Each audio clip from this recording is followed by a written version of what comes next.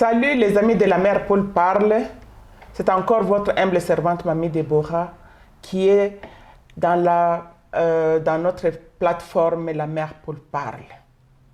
Aujourd'hui, nous sommes encore là pour vous dire merci, vous tous qui êtes fidèles, vous tous qui priez pour nous. En tout cas, que Dieu vous bénisse, que Dieu se rappelle de vous et nous rendons grâce à Dieu qui nous aide à faire ce que nous sommes en train de faire et c'est par son aide que nous tenons bon. Alors, comme vous le savez, cette plateforme, La mère Paul parle, nous avons la préoccupation d'assister, d'encourager, de réconforter, de consoler une mère qui élève ses enfants seule. Ça peut être une divorcée, une veuve, une femme abandonnée, une femme seule qui élève ses enfants seule. C'est ça la préoccupation, c'est ça même vraiment le souci, la préoccupation de cette plateforme, La mère Paul parle, qui parle de la mère et de l'enfant. Et aujourd'hui, nous allons parler sur le réveil de la prise de conscience d'une femme.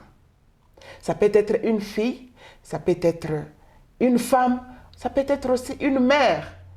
Et aujourd'hui, La mère Paul parle va échanger avec vous sur le réveil de la prise de conscience en tant que femme. Devant Dieu, nous tous, nous sommes ses bien-aimés. Ses bien-aimés. Que ce soit les hommes, que ce soit les femmes. Nous sommes tous devant Dieu, ses bien-aimés. Il nous aime de la même façon. C'est la société qui nous amène à subir des injustices sociales. Alors, aujourd'hui, quand nous parlons de la prise de conscience, c'est-à-dire une femme, une fille, une mère doit prendre conscience de ce qu'elle est réellement. Et la mère Paul ne cessera jamais de te dire, chère fille, chère femme, chère mère. Elle ne cessera de te dire que personne ne te fasse croire que tu es bonne à rien, que tu es sans valeur. Ou bien que c'est quand tu te maries, c'est le mari qui te met en valeur, qui te donne de la valeur. Non. Dieu, en te créant, il t'a créé déjà avec des valeurs. Il a fait de toi une valeur. Et même l'homme qui vient t'épouser, c'est puisque tu as de la valeur qu'il est attiré par toi. C'est puisque tu as des choses, c'est puisque tu as des valeurs en toi qui l'attire. Ce n'est pas puisque ton conjoint, non, pour dire que non, le mari m'a valorisé. Ou bien il y a des hommes qui disent non, je t'ai valorisé, je t'ai sorti de ta famille. Non. Tu dois prendre conscience qui tu es réellement. Tu es une valeur. Ma chère, personne, tu dois retenir ça. Personne ne pourra te valoriser si toi-même tu ne te découvres pas. Si toi-même tu ne sais pas qui tu es réellement. Il n'y a que toi-même. Donc tu dois commencer par te valoriser. Et tu dois savoir que quand tu te découvres, tu vas voir que tu es une créature si merveilleuse de Dieu. Que Dieu a créé à son image. De la même manière qu'il avait créé l'homme à son image. Il t'a créé. Toi, chère mère, chère femme, chère fille. Et tu as une identité. Tu as une destinée. Permets-moi de rafraîchir ta mémoire. sur ton identité. Tu détiens une identité. D'abord, tel que tu es là, tu es un esprit ayant une âme vivant dans un corps. Oui.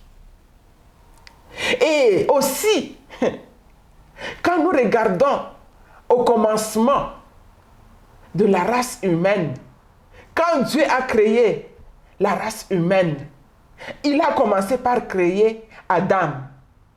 Adam, sa matière première, c'est la terre. Dieu a pris la terre, donc il a mis ensemble, allez, il a créé l'homme. Et quand c'était le tour de te créer, toi femme, Dieu ne s'était pas servi de la terre, puisque tu es spécial. Tu es la deuxième édition de Dieu, de la création de Dieu. Dieu a pris de ce qui est, de la côte, de l'os de l'homme, sa côte. Pas n'importe quel os, hein? Pas l'os de la jambe, pas l'os du doigt, pas l'os de la tête, mais l'os qui protège le cœur, qui est proche du cœur, qui s'appelle la côte. C'est avec cette côte qu'elle t'a créé. Et la façon dont elle t'a créé, dont Dieu t'a créé en tant que deuxième édition. Tu es une créature si merveilleuse. Tu es une créature raffinée. Une créature révisée par Dieu lui-même. Et tu dois savoir que tu es la matrice de l'humanité. Qui peut lever son petit doigt et dire qu'il n'a jamais été porté dans un sein maternel, dans la matrice d'une mère? Il n'y en a pas. Tu es la matrice de l'humanité. Et tu fais aussi l'équilibre de l'homme. L'homme peut être ce qu'il est. Sans toi, il est déséquilibré. Il est déséquilibré. Tu es l'équilibre même de l'humanité. Même une entreprise où on ne trouve pas de femmes. Non, il n'y a pas d'équilibre. Il n'y a pas d'équilibre. Quand nous parlons de l'équilibre de l'homme, nous pouvons aussi nous référer même dans la Bible et prendre l'exemple d'Isaac. Isaac, sa mère, l'a eu dans la vieillesse. Et Isaac a vécu avec sa mère et son père Abraham. Quand Sarah était morte, Isaac était... Donc il était inconsolable. Et son père avait résolu qu'il fallait, pour consoler son fils, il lui fallait une femme. Et quand Rebecca est venue, c'était une grande consolation pour Isaac qui venait de perdre sa mère. C'est pour dire que tu as de la valeur, tu es une valeur. Tu es là pour faire l'équilibre de l'humanité, l'équilibre de l'homme. Chère femme, tu es le sel de la terre. Tu es le sel de la terre. Et donc, imagine-toi juste l'absence du sel dans la nourriture. La nourriture est fade, la nourriture n'a pas de goût. C'est comme ça que ton absence s'est fait sentir. Quand une mère n'est pas là, quand la femme n'est pas là, on peut le sentir aussi facilement. Pourquoi? Parce que tu es le seul qui donne du goût. Tu es celui qui amène vraiment l'ambiance, qui amène qui donne le goût de vivre. Tu dois prendre conscience de ce que tu es, ma chère. Tu es une force tranquille. Yeah. Tu es une force tranquille. Quand nous allons dans la Bible, Proverbe 31, à partir du 10e verset jusqu'à la fin, jusqu'au 31e verset, nous voyons combien la femme, cette femme qui inspire toutes les femmes, elle est une force tranquille. Elle fait beaucoup de choses à la fois. Elle peut être marchande, elle travaille, elle peut se faire des champs, elle peut s'occuper de son mari, s'occuper de ses enfants. Elle-même va chercher de la marchandise pour vendre. Donc, ça met en mouvement. Elle-même, elle est active. C'est une force tranquille. Elle est incontournable. Et tu es aussi le cou qui porte ou qui soutient la tête.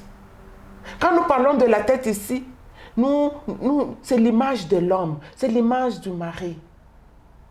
Quand nous avons la tête là, on ne peut pas la déposer. La tête ne peut jamais se déposer sur les épaules. Non. Sans le cou, la tête ne peut pas tenir. La tête ne peut pas vivre. C'est toi, la femme, qui est ce cou-là, qui porte la tête, qui est l'homme, qui est ton mari. Oui. Et quand nous allons dans la Bible aussi, 1 Samuel 25, 3 et aussi 25, le verset 25, faute de temps, vous pouvez lire à la maison. Nous n'avons pas beaucoup de temps pour lire tous ces passages que nous vous donnons. Oui, vous pouvez retenir ou bien écrire à côté, ou bien quand vous allez réviser l'émission, vous pouvez consulter, vérifier les Écritures. Et qu'est-ce que la Bible nous parle dans ces passages? Il nous parle d'Abigaël et son mari Nabal. Nabal, on ne sait pas, il était un genre d'homme là, non, qui s'attirait des ennuis aussi facilement. Au point où David était décidé de mettre fin à sa vie. Dieu merci, sa femme, elle était avisée, elle était une femme active, une femme qui était là pour sauver son mari. Et elle était partie, elle s'était dépêchée pour aller voir, pour rencontrer David. Pour vraiment demander pardon, pour s'excuser de la part de son mari, qui était vraiment, on dirait, un faux. C'est ce que même sa femme l'a qualifié. Elle a dit, non, mon Seigneur, mon mari là, c'est un faux. Ne vous occupez pas de lui. Mais moi, sa femme, je viens demander pardon. Je viens me prosterner devant vous, le Seigneur, pour qu'il puisse obtenir vraiment miséricorde de votre part. Que vous puissiez avoir pitié de lui. Et David avait compris, et c'est ainsi que son mari Nabal avait eu la vie sauve. Imaginez-vous, si c'était pas grâce, si sa femme s'était aussi entêtée, ou bien avait laissé faire, mais on tuerait Nabal aussi facilement comme un chien. Et voilà l'importance, ton importance. Tu as de l'importance, ma chère. Tu n'es pas n'importe qui. Que personne ne te fasse croire que tu es sans valeur. Tu ne vaux rien. Non. Non. Et tu es aussi la côte qui cache le cœur. Nous avons parlé, nous avons dit que le Seigneur, Dieu, la deuxième édition, Dieu avait pris une côte pour te créer. Et le côte protège le cœur. Le côte soutient le cœur. La côte soutient le cœur. La côte protège le cœur. Et là, nous pouvons voir ça dans Genèse 2, 21. C'est là où le Seigneur parle de la côte qu'il avait prise pour te créer, toi, la femme. Tu es une valeur. Tu es une valeur. Ma chère, tu es une valeur. Prends seulement conscience de ta valeur, de ce que tu es. Tu vas découvrir que tu es une valeur. En Proverbe 12, le verset 4, là on parle même que la femme est la couronne de l'homme. La femme est la couronne de son mari. C'est-à-dire que c'est toi qui fais même la fierté, la valeur de ton mari. Quand on regarde la femme de quelqu'un, on peut juger même le niveau de vie, le rang social de l'homme à partir de l'apparence de la femme. C'est pourquoi, chère femme, tu dois toujours te mettre en valeur. Et tu es le symbole aussi du bonheur. Chère femme, tu es le symbole du bonheur. Tu es le symbole même de la grâce. Nous partons encore toujours dans les Écritures. Dans Proverbe 12, 22, qu'est-ce que la parole de Dieu dit? Que tu peux hériter les maisons de tes pères. Tu peux hériter la richesse, même l'argent. Tu peux tout hériter. Mais avoir une femme intelligente. Non, ici, non. Ici, c'est un autre verset. Ce verset ici, de Proverbe 18, 22, ici, la parole de Dieu dit que la femme qui trouve une femme trouve le bonheur. Et c'est la grâce de Dieu. Oui. Qui trouve une femme trouve le bonheur. Tu es le symbole du bonheur. Oui, tu es le symbole du bonheur. Le verset dont j'ai parlé avant, on va en parler plus tard dans une autre émission. Et ici, tu es le symbole du bonheur. Et tu es la grâce de Dieu. Et tu es aussi une fleur dans la floriculture de Dieu. La floriculture, c'est donc le champ des fleurs. Parmi toutes les multitudes de fleurs, tu es une d'elles. Tu es une fleur. Tu es une fleur. Et tu es aussi une graine.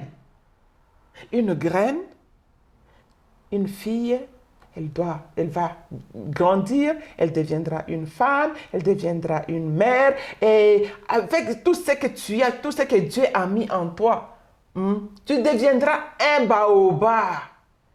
Tu étais une graine, peut-être, donc on te négligeait même. Mais au fur du temps, tu deviens un baobab. Et plusieurs s'abritent en dessous de toi, le baobab. Par exemple, en famille, combien de gens sont sous toi, sous ton ombrage. Même au travail, là où tu es, par rapport à tes compétences, combien d'agents sont sous ton autorité. Tu dois te connaître, tu dois te découvrir pour connaître réellement qui tu es. Bref, ma chère, tu es comme l'eau. Tu es comme l'eau. Tel que tu es là, tu es comme l'eau. L'eau, elle est bonne pour tout. L'eau là, l'eau, elle est bonne pour tout. C'est comme on dit en Swahili, mai ni mai. Atakama umukunywe utamunawa. Comme pour dire que l'eau est indispensable à la vie. Même si tu ne bois pas, tu vas te dire que non, l'eau, non, je ne vais pas boire de l'eau, mais tu vas te laver de l'eau. Yeah. C'est-à-dire que tu es incontournable, tu es indispensable comme de l'eau pour la vie de plusieurs. Alors, ma chère, tu dois savoir que tu es un mystère. Tu es un mystère.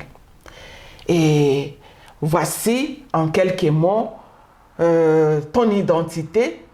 C'est qu'il y a plusieurs points, mais nous avons juste épinglé certains points pour rafraîchir ta mémoire sur ton identité. Et dans la prochaine émission, la mère poule va parler du contenu. En toi là, ma chère, il y a des choses. Il y a des choses dont nous allons décortiquer ensemble dans la prochaine émission. Alors, si tu n'as jamais donné ta vie à Christ, voici l'opportunité de donner ta vie. C'est très important d'appartenir à ce grand Dieu-là en donnant ta vie à Christ. Si tu peux répéter après moi, Seigneur Jésus, merci. Je reconnais que je suis pécheur. J'ai péché. Pardonne-moi. Merci pour le fait que tu es mort à la croix pour me sauver. De maintenant, je prends la décision de faire de toi mon Seigneur et mon Sauveur. Merci pour le salut que tu me donnes. Merci, tu es mort et tu es ressuscité pour me donner la vie éternelle. Merci, Papa. Fais de moi la personne que tu veux que je sois pour la gloire de Dieu. C'est dans le nom puissant de Christ Jésus que j'ai ainsi prié et je dis Amen. Amen, amen, amen. Bienvenue dans la grande famille de Dieu. En tout cas, soyez bénis vous tous qui avez donné votre vie au Seigneur.